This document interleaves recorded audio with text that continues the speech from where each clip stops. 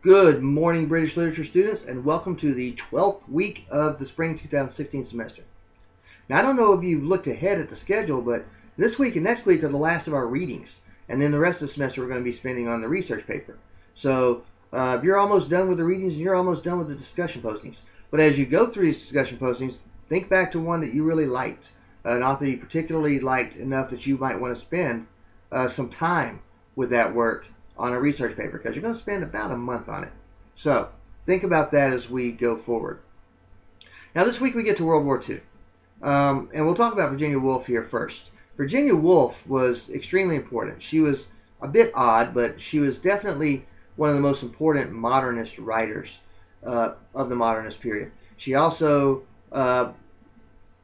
was a very important feminist, and you'll see that when you read the is it Three Guineas or Two Guineas? Three Guineas. When you read the Three Guineas, you'll see that as well. But you'll also see that in the excerpt from A Room One's Own.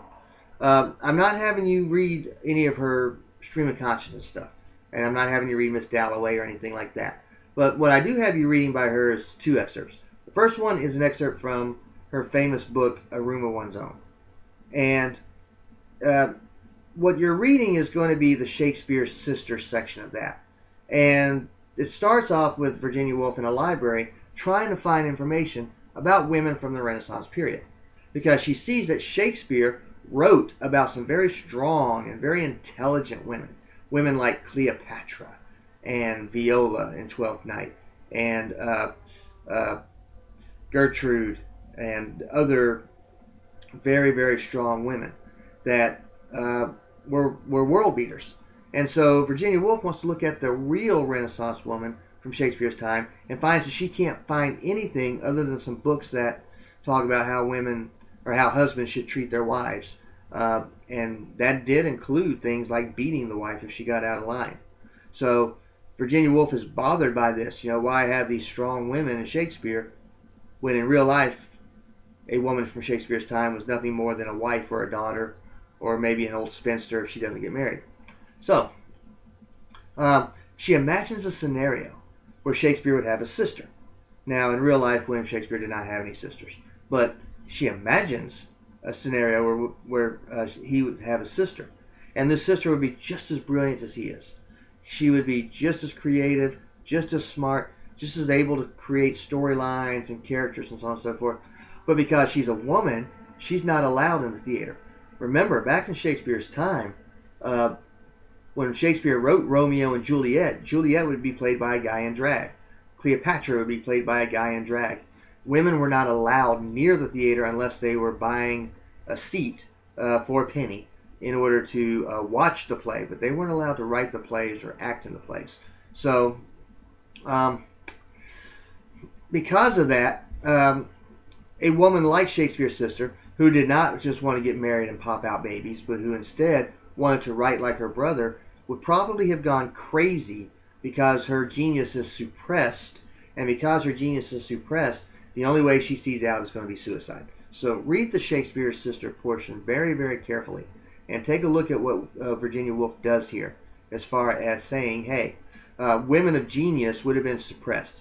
And that would be true all the way up until about the time Mary Shelley would publish Frankenstein. Anne Radcliffe would publish things like Mysteries of Udolpho and others. But that's not until the early 1800s, maybe the late 1700s. Remember, William Shakespeare lived in the late 15 and early 1600s. So, a woman back in that time would have probably been driven crazy and maybe even to the point of suicide by the fact that she's not allowed to exercise her genius. So, pay close attention to that when you read Virginia Woolf. Then you've got World War II. World War II was more horrifying than World War I.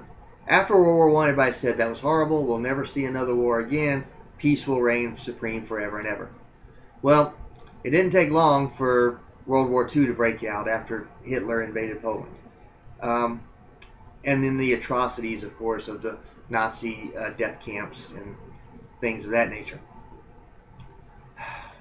And really, the casualties were much greater in World War II than World War I. But take a look at what Virginia Woolf does in Three Guineas. What she does is makes the argument, as a woman, I'm not going to claim a country. You, England, who says that you are my protector and my brother, have given me no rights. Your laws have been repressive. You've not allowed me to flourish. Therefore, I don't claim to be a part of England. I claim to be a part of the world. So this is kind of something for peace on the world. So take a look at her argument there. Then you got Keith Douglas's Berggeschmeinnicht, which is actually German. And your footnote tells you what it's German for. I forget what it is. But notice how in this picture, he comes across a dead German soldier, one who he had to kill because that German soldier had fired upon him, so he kills the German soldier. And then he realizes when he sees this little journal and a picture of a little German woman that this soldier was human too. That this soldier had a girl waiting for him back home the same way that he has a girl waiting back home in England. And it's a very eye-opening moment where he realizes that soldiers are just soldiers. Even if they're fighting for the wrong cause, they are still fighting for the causes that they think are right. And it's important to understand that German soldiers back in this time thought that fighting for Germany was the right thing to do for various reasons. So that's the World War II poetry. So that's it for this week. You've got Wolfe and you've got Douglas. And you've got 2 postings again this week. I will grade last week's postings as soon as I can. It looks like several of you went ahead and posted for this past week. I won't fall behind again because I'm basically caught up in everything, so I should have those graded in the next day or so. So that's it. If you have any questions, feel free to email me. Feel free to contact me by phone during office hours. Feel free to drop into my office and introduce yourself. And on that note, I hope that you have a good week and that you enjoy Virginia.